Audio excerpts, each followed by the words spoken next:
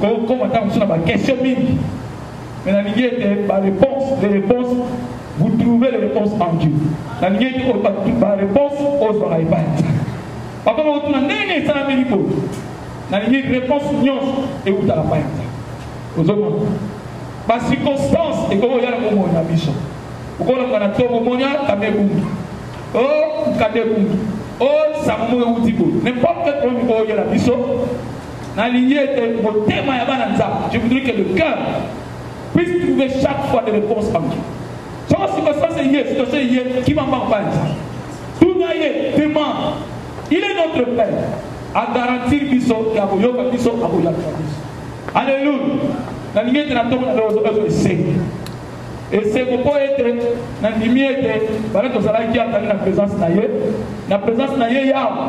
Mais c'est là où nous sommes à nous avons une solution. Vous pouvez imaginer que nous avons quelqu'un dans l'issue. Dans ce mission, ils ont trop besoin. Nos yeux sont tellement lourds. On comprend que nous avons besoin de quelqu'un dans l'issue. Mais nous avons réitéré. Dans la présence, il y a dans sa présence, il y a la gloire. Dans la lignée, on a confiance dans le banza. J'ai confiance dans le banza. Et que tu aies une pleine confiance en ce que Dieu dit. Si c'est ce que Dieu a dit, peu importe d'abord il y a un commentaire, d'abord il y a une idée, d'abord il y a un bagage, vous avez à l'objet pour nous. Dans la clôturé par Olobawana, Azaï Oloba, Bonatina, Tala Lelo, les temps favorables. Les temps favorables c'est maintenant. Donc étudier qui a un pendant le Corinthien, nous l'avons étudié. Tout va de la Corinthien, 2 Corinthiens chapitre 6. Donc, je voudrais terminer ça et recommencer une autre chose. Et puis, je vous donne la sur Mawa, on va faire à côté de l'Azon à 4 4 2 Corinthiens chapitre 6, verset 1 et 2.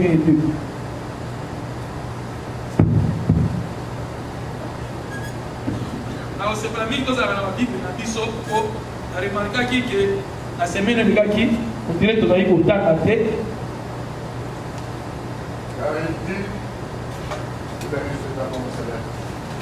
Merci pour nous. Car il dit, au temps favorable, j'étais exaucé. Au jour du salut, j'étais sécurisé. Voici maintenant les temps favorables. Voici maintenant les jours du salut. Merci pour comprendre comment il explique. Ah, Paul a dit, Paul nous dit que le temps favorable était maintenant. Peut-être yo zo kanisa que makamona nina sa la nzambe nena zo kanisa bola pour nzambe tata un programme sur n'importe quelle pensée que vous pouvez avoir pour notre Dieu, peut-être zo tiamo à long terme, peut-être zo ça ma kanisa belé na zo mona patron na na zo si la sonza ba biso mawa église comme nene na o sala ko na zo kanisa so lo ko ça na o sala ko mais nzamba zo ko citer pas na biso à l'objet de temps favorable pour nous aussi là. Le temps disponible que nous nous attendions, Dieu voudrait que tous en ayons monté mon avis sur que ça dit si cool. Le loyo. N'a pas si grâce, après ça grâce à Kolamuka.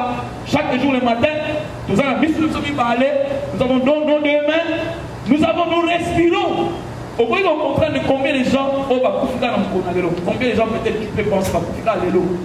Peut-être le nombre, il faut imaginer peut-être 3, 4, mais dans un salon, ils ont belé à de l'eau. Mais toi, Nangaï, nous continuons à bénéficier de la grâce de Dieu, nous sommes en vie. Nous bénéficions de la grâce de Dieu, nous sommes en vie. Alors, pour tout ce que Dieu fait pour nous, tout ce que Dieu fait pour nous, Dieu nous demande par contre, il dit, le temps favorable est aujourd'hui. Aujourd'hui. Yamwana, tout le temps, il dit apprends-moi à compter. Je vais David et Moïse va au lobby en mot. Psaume 90, verset 12. Et le dit apprends-moi, apprends-moi, enseigne-moi. Comment dit enseigne-moi à bien compter les jours. C'est-à-dire, on a Zambego, on a Moïse. Il dit que Dieu pour ça monter mananga, Dieu pour ça monter man. Quand il y a pour la mona lobaki, et ça le bon anglais que dans la classe, nous faisons que ça y matière moko. Tandis que dans la classe tam ko pour la kayango, to tizaki mo musutu ya grec to bengi didasco, zali ko yé pour la ndenge ya malanga. Mais tandis que on va le dire, enseigner, apprends-moi. Et ça dit, moi, je suis utiliser pour toucher les choses. Toucher. Dans le monde, et là, moi, ça là, est souvenir. Vous avez aligné, là, vous toucher dans les autres choses très sensibles. Yango, nous voyons que les alliés, nous avons la sabiso, nous avons aligné tout le temps pour la dengue. Comptez ma joue. Nous avons compté la matière, mon apôtre, nous avons vu au sujet, nous avons compté ma joue. Après ça, nous avons versé mon les alliés dans Éphésiens, non, dans Genèse. Dans Genèse 47, verset 9. Genèse 47, il y a toujours comment. Verset 9. Kuna, tout le monde est à Joseph, à tout le monde a mis dans boca Égypte. Alléluia. Alléluia. Dans l'Union de l'Anda. Kuna, tout le monde est à Joseph. Dès qu'il y a un déconaïe, dès qu'il y a un boca Égypte, nous remarquons que Nzambe a sali Joseph pour l'âme. Mais, et ça, nous avons l'âme, il a touché dans Zoto. Dès qu'on a bêtise, ils sont touchés dans Zoto. Dès qu'il y a l'Égypte, à Monica, et comme il commence pour l'âme, il y a Potiphar, et comme il y a pour l'âme, il y a chargé mon Potiphar, pour l'âme, il y a la guille. Mais si moi, à côté de la circonstance, moi, si moi, il y a mon conduit, il y a ma gambo, je sais pas, non, à Kimi, sans rien lié, parce qu'il y a une prison. Tala, banzerani mutoyo, tala, nengeni Nicolas Motoyo. Azraï katika bandekonaye, alamu, bien kazani na kama bafunguna ya bandekonaye, bakaniye, bandekonaye wakwake na bibulu, souffrance, akena ndaka mkonzi mususu konyopama, akena ndaka mususu konyopama na konyopama. C'est lui bon à Joseph. Sauf que Joseph va dire qu'on compte les colonaïs. Ça va dire qu'on l'axe les colonaïs. Au moment où les colonaïs, et ça, si c'est sûr, ma camouflage, il y a passe. Mais t'as les comment ça m'a dit, sauf que la Genèse 47, voilà, t'as au temps. Au moment où, papa, il y a Joseph Baye. D'accord, il va dire que Joseph n'aime pas mon continent, pendant le lobby, et 5 000 parents, mon bec, ça m'a dit qu'on a Baye. Libota nyonso ya Jacob na bande connaît pas songi siko ba ko en Égypte dama tamne ne salam liboso ya Pharaon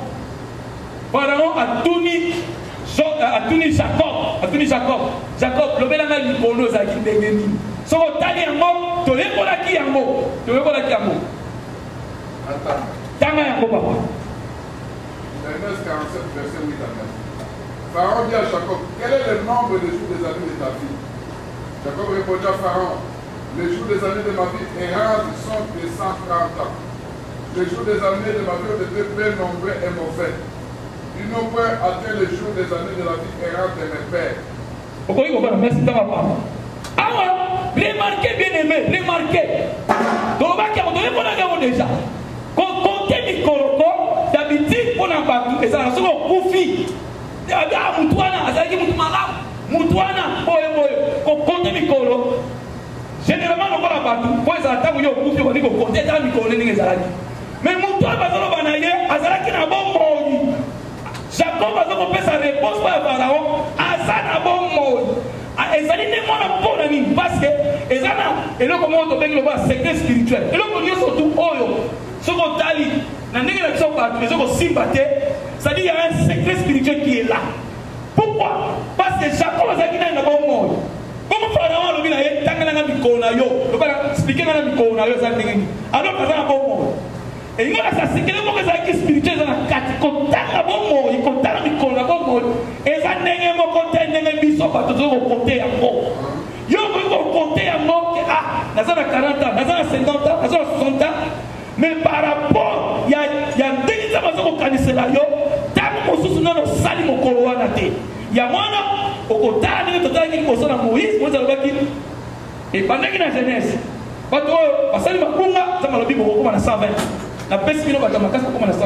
Moïse, avant de décrire Job, avant de décrire Nicole, alors il a 70 ans, 80 ans. Et puis alors il dit Jacob a dit, oh, Nathalie Mikonanga, et ça a passé. pèlerinage na ngai mo ya utiliser pèlerinage ezali mo o batizaka na ba voyageur moto aza mopaya na mboka wana azokotambula azokoleka ne koleka nde kombo bapesaka pèlerinage. Alléluia.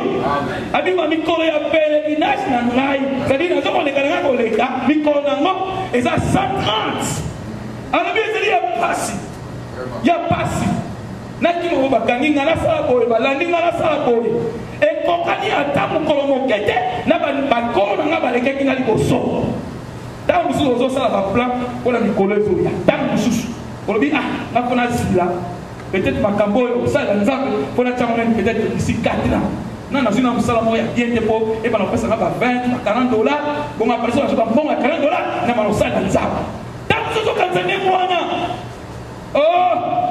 saka otali makambo esi azolobela kutu abe insensé yoza insensé zoba nana yebiso kolobi okolamuka moto wana azalaki riche aprepare biloko nyonso ntango esi azoba moyo azalaki na bilamba biloko akolia atiango na mazabi molimo na nga sikoyo banda kotondwa na yo na butu wana kaka ntango alobi ke molimo na nga tonda banda kotondwa nzambe abi na kobenga molimo na akoki kosepela na biloko wana te ozomona le temps eza tellement ya moke pèlerinage na biso na mabele oyo ezali moke.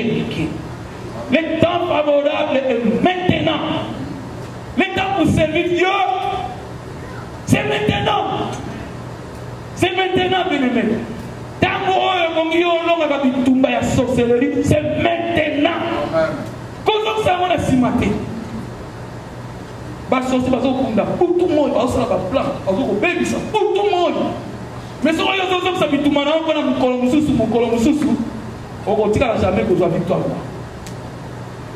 Bien-aimé, tolobaki caractère mi parle oyo monanaki na biso, monanaki ke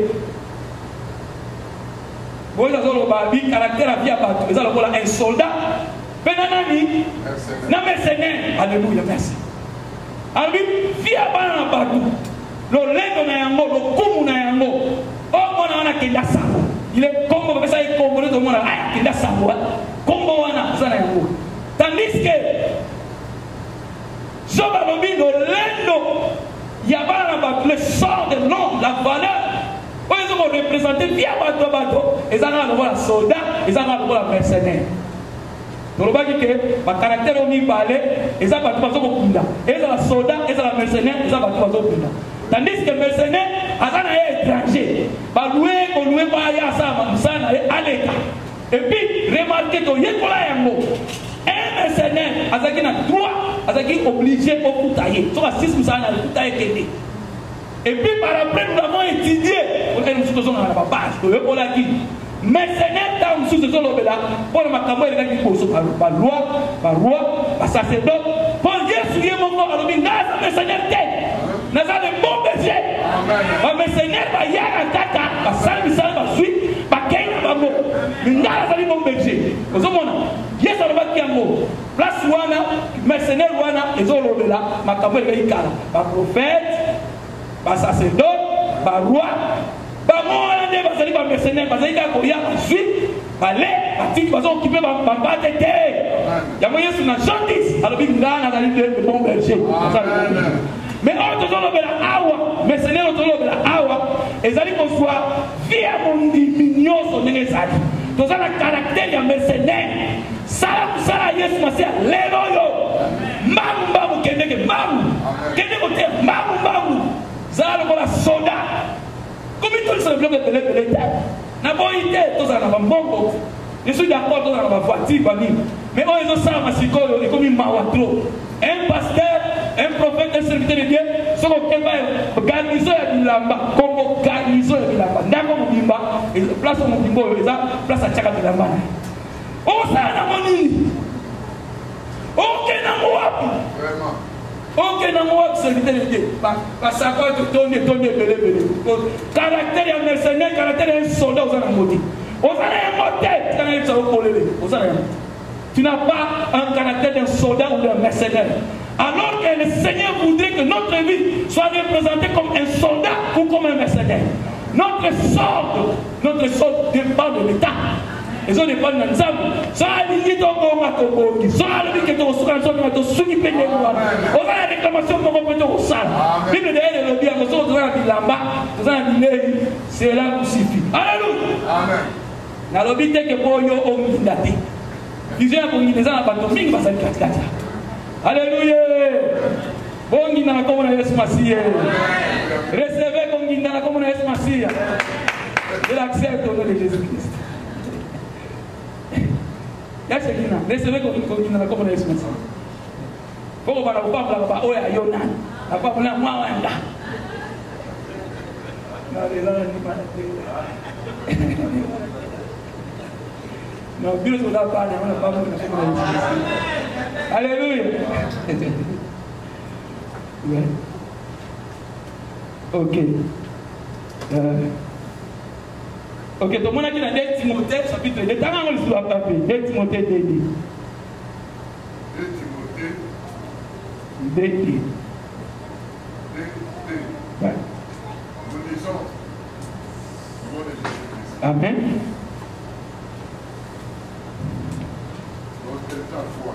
Amen. Ce que tu as entendu de moi après de beaucoup de témoins, confie-les à des hommes fidèles qui soient capables de l'enseigner aussi à d'autres. Ce que tu as entendu de moi en présence de beaucoup de témoins, fais quoi? Confie-les à des hommes fidèles. À des hommes fidèles. Qui soient capables de l'enseigner aussi à d'autres.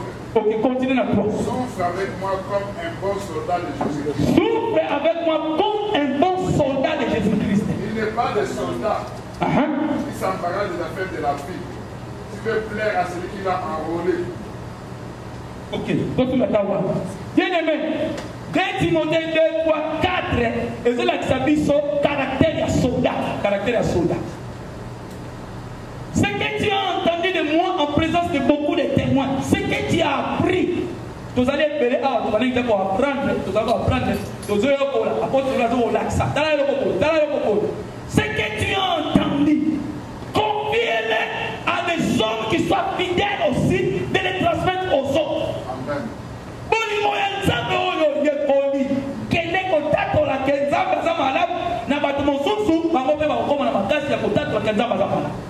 Nani na mwana loboko ya mtu moko wa zikola mwanzamba kama mtu moko wa zikola mwanzamba so ba oba zina mbola mwanzamba eti bako iko kitama mbogo na mbogo me oya zikola mwanzamba ako iko tombo la poete akopie ya mwana batu mususu ouais bien aimé c'est que tu as entendu de moi en présence de beaucoup de témoins confie-les aux autres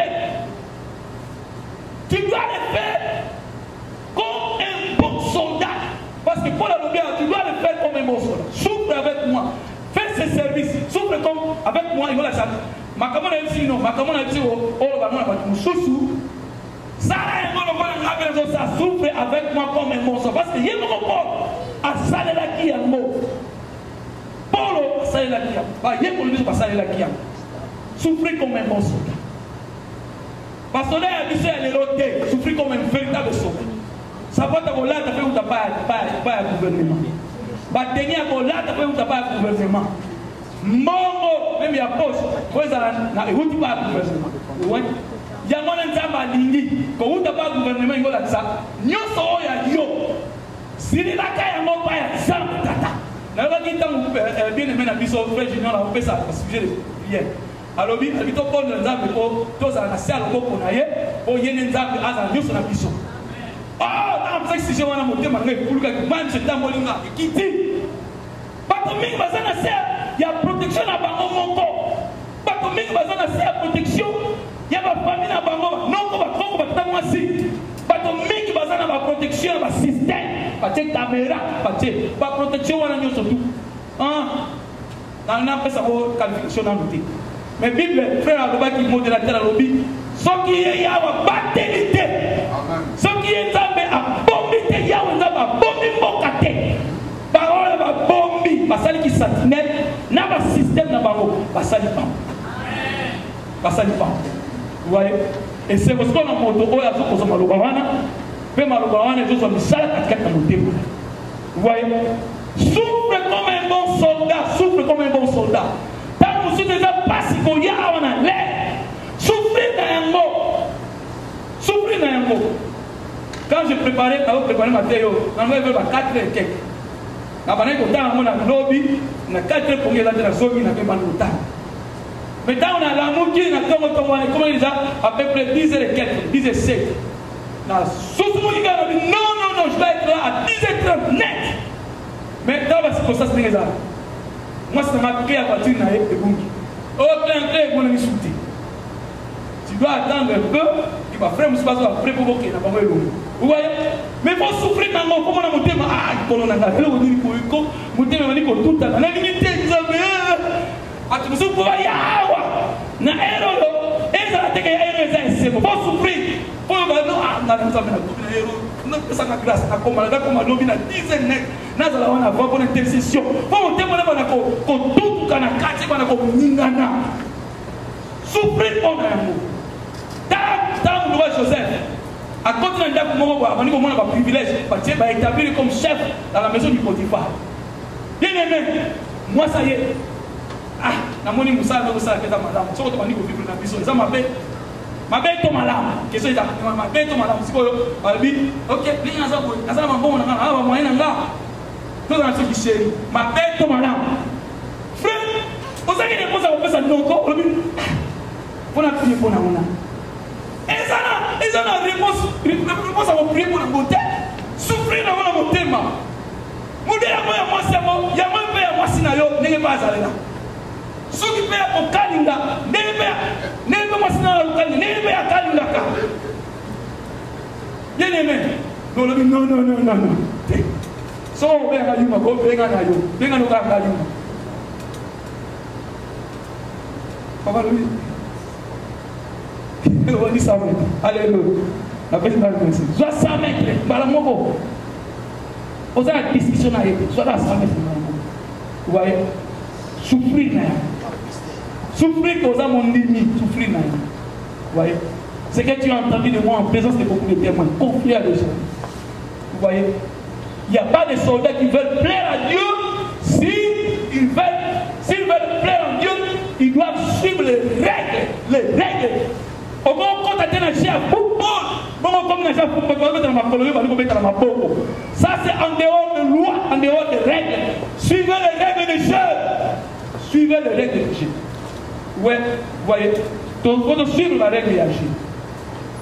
Et bien, qui soldats, et bien, qui mercenaires. Mercenaires, ils ont bateau, parce qu'ils plus entraînés. Un mercenaire, c'est celui qui est plus entraîné, qui écoute un soldat. Parce qu'un mercenaire, on a obligé pour utiliser les armes presque nous.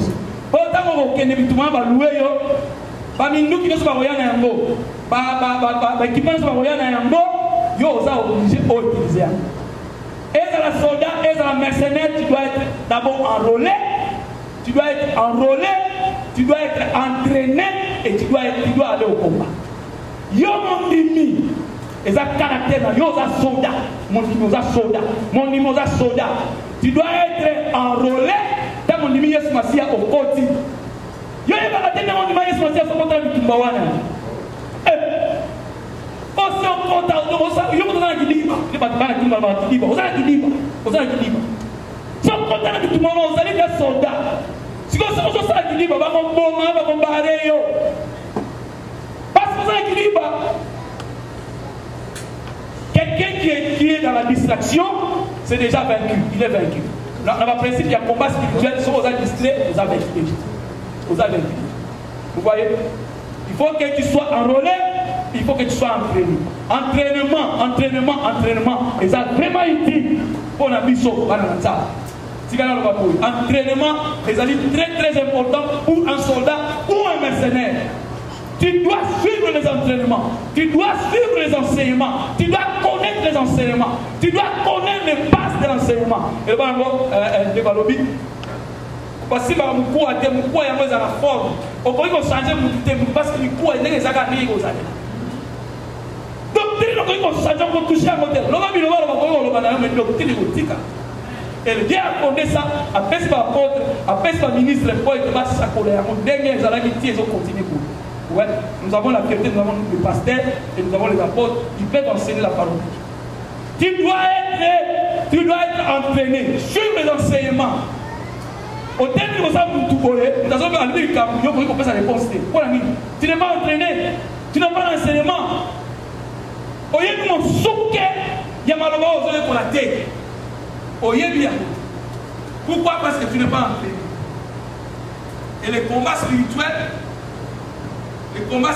on est déjà vie à bandiner. Parce que faisait l'objet, car nous ne luttons pas contre la chair et le sang, contre les dominations, contre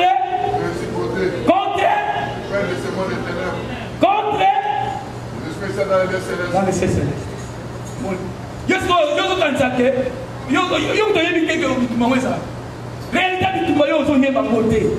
Mais Bible nous dans Éphésiens, car nous ne luttons pas contre la chair. Nous ne luttons pas, c'est ça présent. Et ça progressif. Car tout le monde a un autre côté. Tout le monde a un autre côté, mais tout le monde contre la puissance des ténèbres. Contre la puissance qui vit dans le ciel. La puissance où ils allaient dans la famille. Et où dit la tradition à Coco Moko, et qu'il y a Coco Wane, et qu'il y a Kodia. Babylone connaît surtout. Il y a d'autres pour donner un mot. Babylone, prenez toutes les armes. Quand la Bible est faisée, prenez toutes les armes. Continuez à mon côté. Soignons ça. L'arme m'a béni la foi. Arme de la foi.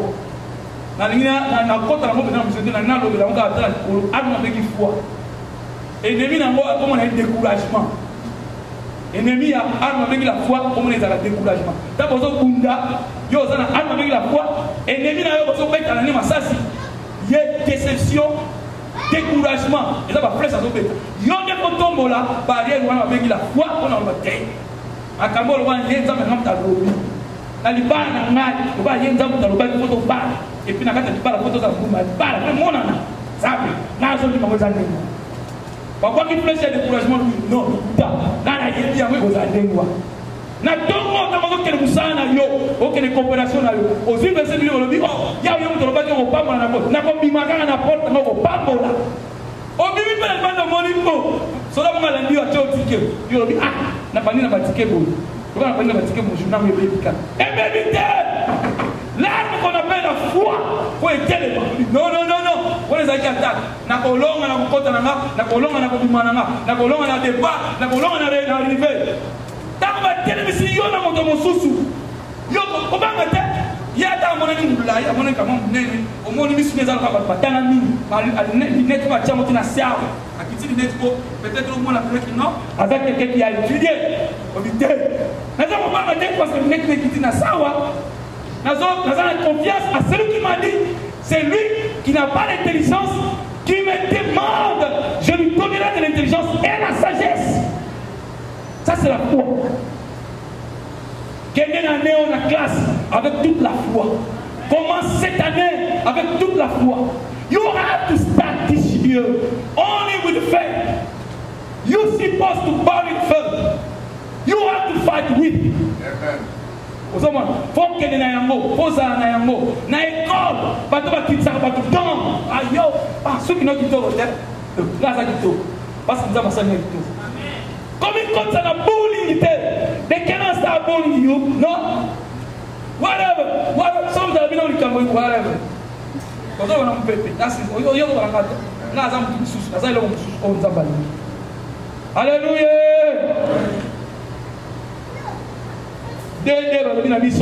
C'est que tu as entendu de moi en présence de beaucoup de témoins, confie-les à des hommes qui soient fidèles. Base à la fidèle pour les transmettre aux autres encore. Dieu le fait comme ça. Alors, on a un verset pour épée sa biso macanisme sous. Tout dans Job 39. Parce que je voudrais parler du premier et l'autre photos à Néango, dans notre unité à Elonga, dans notre unité à la classe ensemble sur Bagi, pour la communion permanente ensemble. Si ça n'a pas de union, comment tu vas être en communion avec Dieu. Peut-être je pourrais prendre un repos pour appeler ça privilège du sous-souvent apôtre lui, avant la sujet pour continuer. C'est ce que je pense. Mais ça dépend de Dieu, c'est que Dieu vous dit. Job 39. C'est très important parce que la qualité de soldat, non mercenaire, si vous comparez na nyama moko oyo tozalaka na ye mingi. Sikoyo bakompare bakalite wana ya soda na mercenaire, bakompare ye na cheval. Sikoyo otanga na Job totala ndenge nini ezali.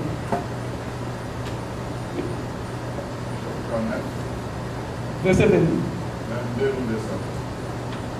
Et c'est toi qui donnes la vigueur au cheval, qui revêt son cou d'une crinière flottante, le fait-il bondir comme la sauterelle, son fier hennissement répand la terreur, il crée des sols et se réjouit de sa force, il s'élance au devant des âmes, il se rit de la crainte, il n'a pas peur, il ne recule pas en face de l'épée, sur lui retentit les carquois, puis la lance et les javelots, puis on a d'artère, il dévore la terre, il ne peut se contenir au bruit de la trompette.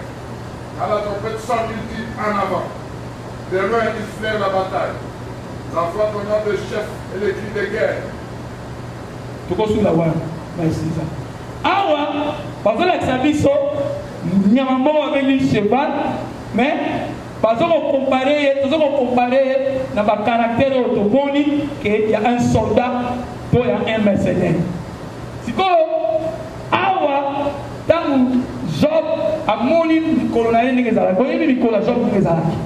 Mikolo ya Job ndenge ebandaki na kitoko nyonso. Ayebana kutapa na bana Orient. So ozala kutapa na Orient, le plus connu c'était Job. Bana na ye bazalaki florissant. Bana na ye bazalaka biso te. Chaque samedi baza na fête na ndaka moko, fête na ndaka mosusu basisi baza batu. Bazobenga batamboka bazokolia 600 kosakana te. Nakokonte mikolo na bango po balobi ntango ozokonte mikolo ntango ozotanga yango nzambe alingi ozwa sagesse bosana te. Babi apprends mon cœur, enseigne à compter mes jours afin que je puisse exercer mon cœur à la sagesse. Si on tenait à moi dans ma version sous ce nom de baquet, l'accent a été qu'on a raison le cas, on tenait à soua maillé, on tenait à soua on a ça qui est bonnet, on a ça qui bonnet, on a ça qui bonnet. Parce que sagesse, il y a mon des amayés de alléluia. Sagesse, les amayés de et ça n'a pas tout mis parler, on nous a mis à digner dans ma casse dans l'église. La parole de connaissance, la parole de sagesse. Et ça va tout le monde effectif dans l'église. Alléluia. Alléluia. Donc, la parole de connaissance, les amis, cadeau il y a un Saint-Esprit. Dans ma vie, ça va passer connaissance de la situation pour vous. Après, connaissance. Vous avez dit que vous avez maladie, donc il y a ça va l'accent dans la moto. Alors, il y a des connaissance. Et quand il y a un autre, et quand il y a qui m'en amène au vis-à-vis, et quand il y a ma toile, et quand il y a la façon de se faire baligner à enseigner, parole de connaissance. Papa dit à Koye, parce que Lucas, pas même, Saoul, même, nous pouvons aller à la connaissance, oh, il y a d'autres qui pas même si on a dit déjà, il y a d'autres qui pas ça pour la cité. Avec connaissance, il y a ma camouflage qui est dans le temps. Mais, différence dans le monde, et sa place la différence est que c'est don de parole de connaissance et ça va accompagner la parole de connaissance et accompagner la parole de sagesse, parole de connaissance et de sagesse. C'est-à-dire, ça pour naïe et ça rate que c'est mon Alexis m'a cambré ça m'a bon moi maman était on a vu maman était ah m'a cambré ça m'a vu bon on a essayé solution et on a ça dans mon cas ça t'embêter. Chaque fois que Dieu donne une instruction, il vous montre une connaissance. Il est en droit de vous donner sa parole de sagesse. Il vous donne la sagesse maintenant, c'est les qu'est-faire de la situation.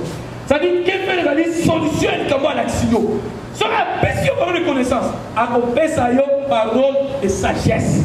Zile la yé, quand on va monter à l'action de Campoé, yo, non. Merci pour la situation. Please, mais ça m'a dit parole de sagesse. Ok? Le ban a été dans le corps, on est là pour le téléphone. Quand le ban est le téléphone, le ban est le cavanate.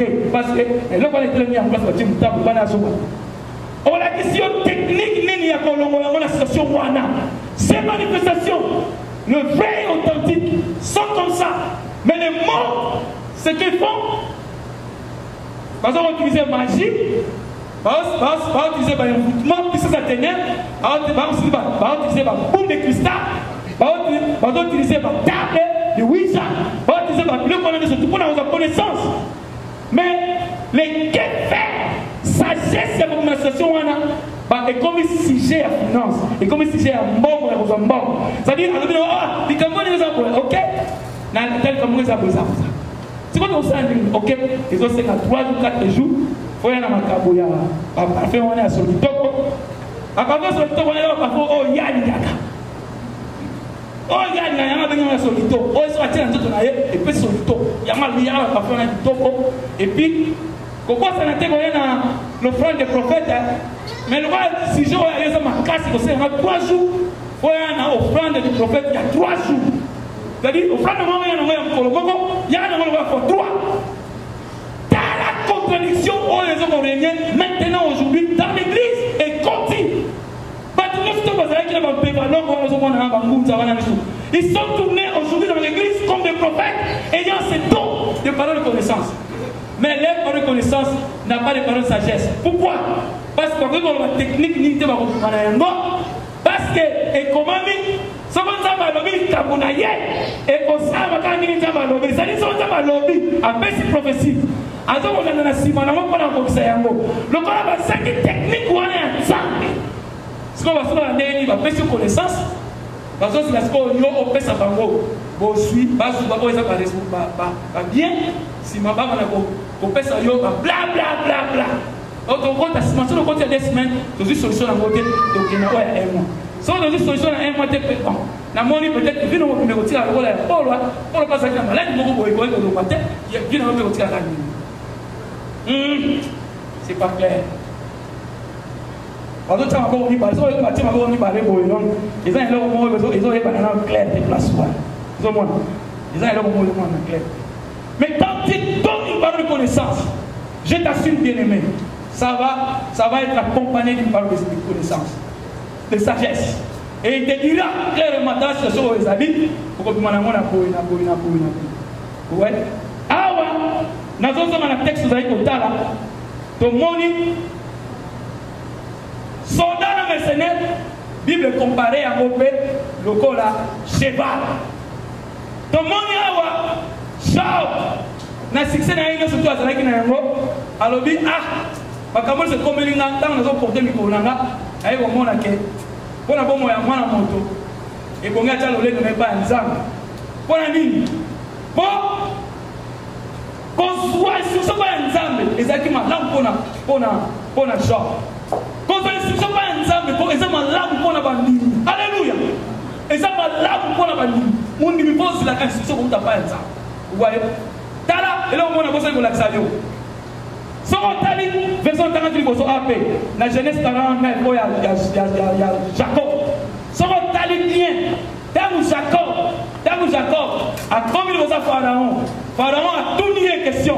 Mais quand on avait un nini, si on t'a dit bien au monde, par lui Jacob, béni Pharaon, il est béni. Avant même que vous avez cette explication, à bénir Yéna. Mais si on continue à cimenter à baisser l'explication, il y a Mikolonaye, alors que Mikolonaye est à base. Il y a un peu de Kinga, Mikolonaye est à Mikolonaye est à Kipoété. Tama Sirisi à mot. Alors, tout à l'heure, je vais aussi, on va faire un papier de maman. Après, moi, non, je joue. Genèse 47, verset 19. Pharaon dit à Jacob, quel est le nombre de jours des années de ta vie? 7 d'abord. Joseph fit venir Jacob son père, le présenta à Pharaon, et Jacob bénit Pharaon. Yes, il est béni. Comment on y a un mot? Si quoi après cette explication du coronavirus, Daniel a pu expliquer du coronavirus. Expliquez. Oui. Pharaon dit à Jacob, quel est le nombre de jours des années de ta vie? Jacob répondit à Pharaon, les jours des années de ma vie fière et ma vie errante sont de 130 ans. Ok. Continuez. Les jours des années de ma vie ont été très nombreux et m'ont fait. Continuez. Ils n'ont point atteint les jours des années de la vie errante de mes pères. Ok. Il est béni encore. Continuez à Romana. Jacob bénit encore Pharaon. Yes, il est béni encore. Yamwana. Vous avez un verset 10. Ça dit, tant Moutou. Au Gori qu'on ne pas mourir. Là, on est bien aimé. Au Gori qu'on ne pas mourir à Yahweh. Ça ne va pas mourir. Papa m'a dit, Banda et Banda Moki. Voilà, ça dit, ma pas mourir à départ. Il y a une bande de Bon, ça m'a pas mourir. C'est comme ceux qui ont dit qu'on comptait du coronavirus bien. Ceux qui ont dit qu'on appliquait mon thème à la sagesse, il y a Zambé. Bible dit que Jacob bénit encore. C'est-à-dire, il y a une bénédiction de départ et il y a encore une bénédiction à la fin quand on exerce notre cœur à la sagesse de Dieu. Alléluia. Montonio surtout oyo abandi na benja nzambe so ka konti motema na ye na sagesse ya nzambe nzambe akopambola ye lisusu lokola te bénédiction awa abambolaki ye abamboli pharaon ntango apesa explication ya bomoi ndenge ezalaki balobi na suka abamboli lisusu pharaon abambolaki ye voye ndenge moko mpe na Job ntango abamboli na biloko ebele ntango mikolo na ye ebandi kokoka ebandi kopusana bana bakufi ye bangombe bakufi biloko ebandi kokufa alobi oyo nzambe nakosuka ndenge nini namoni motango otya ote baza te namoni makambo oyo eza komplike bandeko mosusu baye babisa yo Job yo tosalaki mabe nzambe asalaka boye te abi nasali mabe te mwasi ya ye moko Job alobi soki ngai na place na yo nakomi boye nakotyola nzambe nakofingisa nzambe nakoloba makambo nyonso mabe mpo na nzambe bongo akomanga nakufa nanga abi yo mwasi oyo oza insensé toza na basi ya boye na kati ya l'église l'église oyo eza insensé mwasi alesaka église baeglise mingi mpe ekomi église insensé bakosali kolamu ya nzambe en fin de compte bakomi kokoluka bamagie bakomi koluka batalisman bakomi koluka mpona kokamba mpona kozwa bampate mpona makambo oyo nyonso tu ce sont des insensés les églises insensées voyez nzambe alingi totikala epai na ye ntango so batikala bina sepela malamu nayoka so nasalaki mabe nakosepela malamu nabetama na maboko ya ye moko nzambe abeta ngai nayebi kaza tata nanga kotika ngai ntango nzambe ayoki ndenge wana bi moto azosepela kutu malamu abetama na maboko nanga te nga nabetaka pe te nga nasali makambo oyo te alors nakorestaurer le Seigneur a béni Job au commencement alléluia et à la fin il a béni encore Job. Souvenez-vous de Job. Azaki na bana, ça va doubler bana wana. Bambate, doubler bambate. Bon, mais moi Azaki na doubler. Une bénédiction au départ et une autre bénédiction à l'arrivée. Bien aimé, ça va pambolaka, ça va pambolaka. Alléluia. Ça va pambolaka, bien aimé. C'est la yébisa. Départ na yo, et comment ça a un départ na Azaki na bambati nanga. Kota bana kotanga mikolo na Yahweh c'est-à-dire kendenge tambolaka na ye salaka expérience na ye tango okoma na suka okoloba zaba pambolinga 2 fois zaba pambolinga 3 fois zaba pambolinga koleka vous voyez le Seigneur est toujours celui qui bénit au départ et il bénira l'arrivée alléluia awa tomoni caractère ya soldat pe mercenaire ezapeka ndenge moko na cheval tomoni yango awa na Job 39 tout le monde va revenir dans Bisso dans verset 22 tout à l'heure et c'est toi qui nous as dit au cheval awa baza biso motuna moko babi est-ce que ça yo ndo kopesa kama makasi parce que makambo c'est ndenge ki shop na motuna yo amoni bapasa nyumba mingi sikoyo azosala lokola kozongela bombo ina ndenge ezalaki sikoyo nzambe aye kointervenir na maloba na ye aye kointervenir abi genre kozeba na makambo na bien te est-ce que nanga apesaka makasi na cheval est-ce que ça yo ndo kopesaka makasi na cheval bamakasi oyo biso ozalaka nango ko obii mpe na ntongo oke mosala yo kati eutaka mpa na yo moko bien aimé. You continue to tell them about one okay, or be now day job, 3 jobs, or some comes on Salah. You can see Macassan Tapana. I want to have 2 na moko. You even the person a person several Macas. C'est Dieu qui nous donne la force. Alléluia. C'est Dieu qui nous donne la force. Ça va baisser du son Macas. Cheval dans le monde, Azali caractère, il y a soldat, azali caractère d'un mercenaire, azali caractère d'un serviteur. Alléluia. Baptise à cheval pour nous servir, à serviteur. Oh, le serviteur de l'Éternel. Vous voyez le serviteur de l'Éternel. Alléluia. Nous se présenter comme serviteur. Et puis, le serviteur, on parle de serviteur de l'Éternel. Et ça, Yesu Masiya.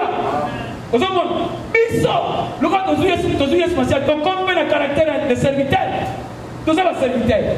Mot grec, il y a serviteur. Serviteur, il va bien.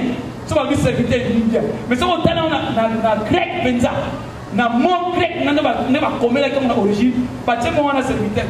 Dans ce sens, on a serviteur, il y a un exemple, il y a un bureau, na Casablanca, na White House, na serviteur. Et moi, on a quand même bien. Mais moi, on a serviteur, na grec, ça mot va comme doulos.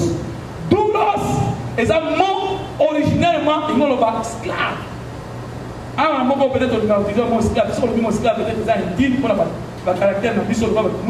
Et dans la mission, c'est là qu'il faut la propose à qui va aller. Esclave, c'était quelqu'un qui n'avait même pas de droit. Vous avez la droit. À votre tradition, la Bible, là, si tu vas commis serviteur, ça devait être esclave. Ça devrait être traduit par esclave. Vous voyez? Ah, tout le monde, les serviteurs de l'Éternel, les esclaves de l'Éternel, Yesu Masiya, tout le monde a un serviteur, tout le monde a un serviteur, et puis, plus on va dire, vous avez un caractère serviteur. Vous avez un caractère soldat, vous avez un caractère mercenaire, vous avez un caractère mieux, vous avez un caractère de cheval. Nana peut ça cheval ma casse yo kanis. Zabe. Bien aimé, ça là ma casse parce que mon peut ça ma casse c'est ça. Luka ma casse c'est pas ça. Alléluia. C'est quand ma casse c'est pas ça. Luka ma casse c'est pas ça. Azali source ya ma casse. Zomon. Ah, on se retrouve dans le bic qui révèle son cou de la crinière flottante. Ah, crinière flottante, tant que vous avez une explication en gros, et ça dit comment il se va dans Azara. Azara va souke belé, on a kingo naye. Na kingo naye, au moins on va souke belé. Parce que tu as tu as pas d'ango, parce que tu as pas ça et l'ango va filer, parce que Singapour n'a pas ça l'ango pêche, parce que ça l'ango pêche. Pêche. Entre kingo la tête et le corps, nous avons awa na katikati le cou. Na cou et cheval, nous avons la poids douana. Oh, tant que nous sommes na cou, na Bible, tant que nous sommes na cou, et ça dit parce que arsenal y a ça bezali, et ça parce que Bible Bible y a ça bezala. Juste là au cou. Au monde. Et bongi on soit, osa saignement, il y a ça cou. Il y a mon étonné na tolo ya cheval, na tolo ya cheval, il y avait le poids. C'est poids servé pour la fiche. Et ça qu'on servit. Il y a un moment où Timothée Débalobi, c'est que tu as entendu, tu dois le témoigner. Ouais. Pourquoi? Parce que comme un cheval, yo comme cheval, yo comme mouton d'ambe, à Tcheba 12, à Tcheba, bah ou Tzenaye na Kimbo, Ozana, bah équipement, nous avons appelé sur droit pour nous opérer. Pour la miracle comme miracle. Miracle comme miracle. Miracle comme miracle parce que tout le monde va utiliser par équipement de la maison. Alléluia. Pas miracle comme miracle. Les miracles, ils ont mon analyse. Ils ont presque pas de façon de m'avoir souté. Ah, à ça,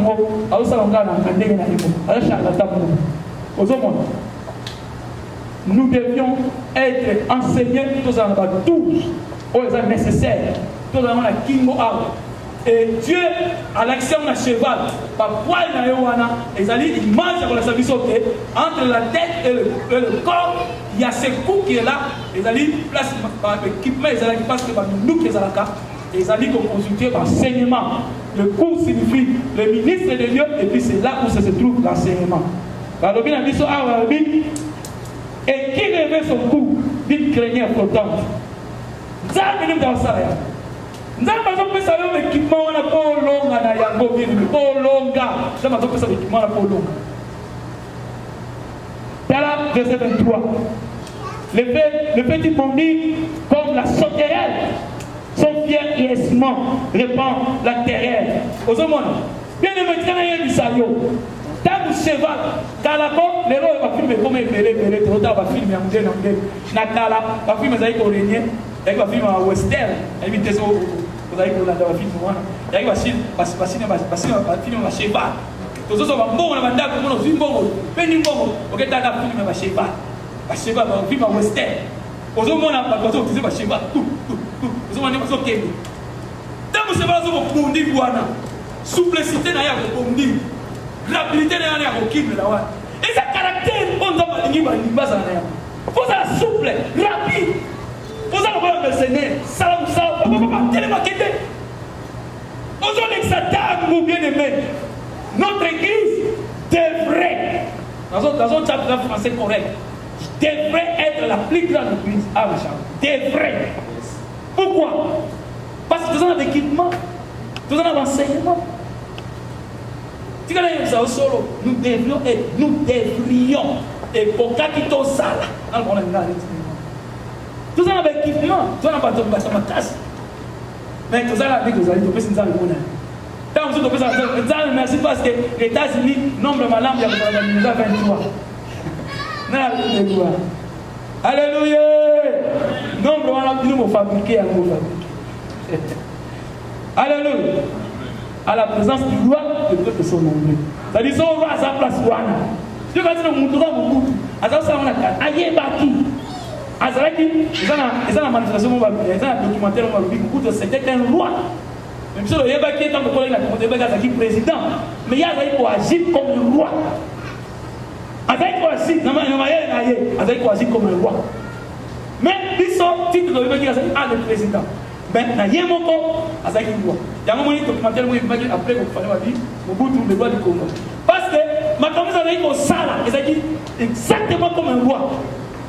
Comme un roi. Vous voyez? Ma canicina a dit qu'on communiquait partout, c'était presque comme un roi. Vous voyez? Souple, ça souple, la côté de Malbanza. Ça souple, la côté de Malbanza. Ça souple et rapide, la côté de Malbanza. Le Seigneur t'a donné l'équipement, après son équipement. Papa Thomas, le Seigneur t'a donné les équipements. Contamité, l'homme est un ensemble, bien aimé. L'homme est un ensemble. Vous avez Lélo. Rapide, qui est des jeunes hommes. Sala boy, sala plan, qui est des boy, tabola. Pas de tabola. Tu sais qu'il y a un programme, tu vas nous payer maintenant. Donc, on va la côté. Tout ça souple, tu dois rapide. Et là, on va au Canada, à 4 dans l'ISO. Là, on va bloquer. Bien aimé.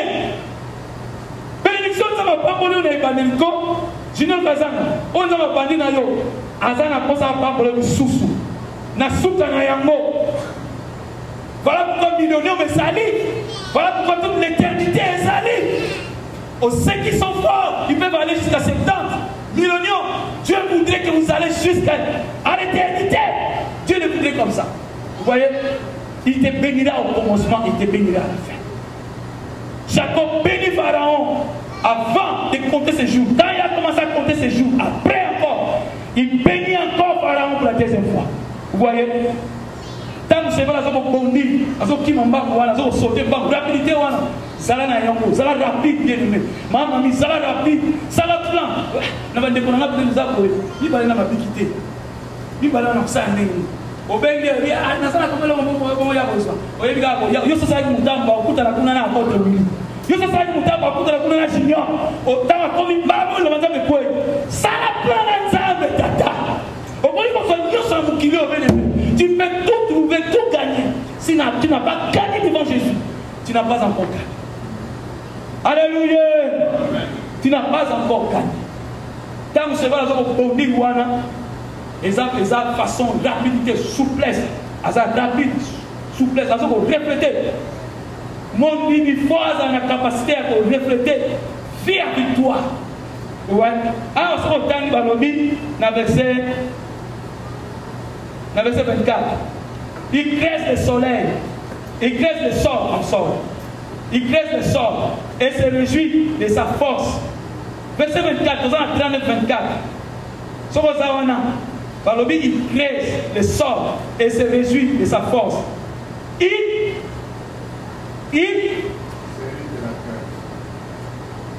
Nous avons verset 24. Il se lance au devant des armes. Il se lance au devant des armes. C'est-à-dire que total après ma western au monde bato bazokenda ba cheval bazokenda boum boum cheval abanga te cheval abanga te biso ngao banga bandata pemena bandana ngirigiri wana tozaki na kamo bimba mobuta zaki na yango azaki na ba cheval garnison ba cheval peut-être bato mingi bamona na ba cheval tozaki na garnison ba cheval bazoleka biso na ngirigiri wana mobimba mona baleki na tongo tongo cheval bazoleka tale bela ba cheval yango kitoko tale cheval azoleka ko tama azotoka makolo na ye atikika makolo bala toko mikolo azozuka sima te cheval abanga minduki te minduki ezobeta ye na nzoto ko baflèche ezobia pa ezobeta ezokima azoko enfoncé un cheval yaza bataille benga bataille bitumba ko bâtiment de guerre cheval les autres ont des missiles bani natama karabazaki na yango te il n'avait pas de missiles ba charge de promesse la guité cheval beta lisas beta flèche et qu'on soit dans eko kweya azoya liboso na yo azoko banga te azoko s'emparer de la paix azoko franchir la paix. Quand tu vas te dire que ça côté à ma te poignet. Comment on te comment parce que il va dire au Canada pour toi ça ça va faire avec tout le sas. Si quand il y a des sas bon moi ça on est à magie. Ah. Batana masas batana sur masas ya Yesu.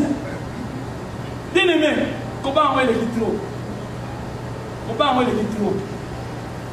Comment on va les kitro? Et ça, nous avons mis parler dans la sayo et qu'on peut freiner la promesse de la mise en œuvre. Nous avons mis parler et qu'on freiner la promesse de la mise en œuvre et se réaliser la bonne moïnayo. Et mon bon ayango, les alliés qu'on parle, la paix, la crainte, et ça, nous avons appelé. Na car na yo Mercedes ya junior na Mercedes na yo tu na m'appeler pour ciel pour tirer na moteur et pour bloquer moteur ko santé la paix la crainte ils ont bloqué et qu'on bloquer le système nous la kombanga il faut qu'on le nzambe la kombanga bien aimé la kombanga tellement l'homme mutu et ta liote sera bigité yo en va na tchemo te na pa na yo na kombo na Yesu Masia et ça me la bien na so de cas na kisasa mutala ni wane bebe ah mute mani bani ko fuluka ya wenzami mutu yake ba mu bani bazolela ai mute mani bani ko tonga nzambe bani bazolela bana bazali na batute ka mama na bango papa kufa mutu kufa atika mwana mwana mkieka ka mama ne balali sewa donc les gars sont dans le côté mais ils ont coupé là moi la zone la maman la muka moi la maman kuziko frère na bi monter mana télé ya kolo malam komo na yo to baki ça to lobi komo na yo du bemba ola muka alors bina ko bozo na sima bazo misima ko ya ko na komo na Yesu Masi na komo na Yesu Masi la muka comment les choses sont là et bien besoin de répéter place où on combat alors combat même bandi olela nga ye na on va sonner habiter ce qui est à sonner ça comment na yiko ka sonner bata ah bandi ko bala na comment na espacia abandi ko simba ya bandi ko simba mama na simba comment na espacia tellement moto bandi ko zonga na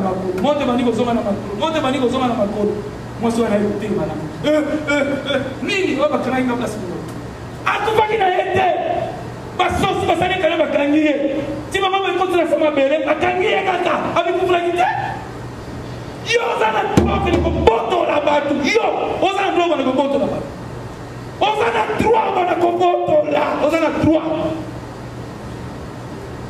alléluia on a droit au compte à la blague va yibia yo ba boto la biloko au moment où on a commencé à mener au moment où on a monté tellement on va yedi sango satana misala ya kanda et bon yo to sakanda ndeko ale molo tadi na suite kanda makambo yo za na Congo ah te ko za ko ete a suite kanda mutaba chango to na yeko na ba complicité ndani ba yeko ngoma ikamute asana katikati na biso l'éternité to mon thème na lobine moi na bible na j'ai confirmé à des moments dans l'éternité je ne l'ai pas dit mais na tiens mon thème to za na éternité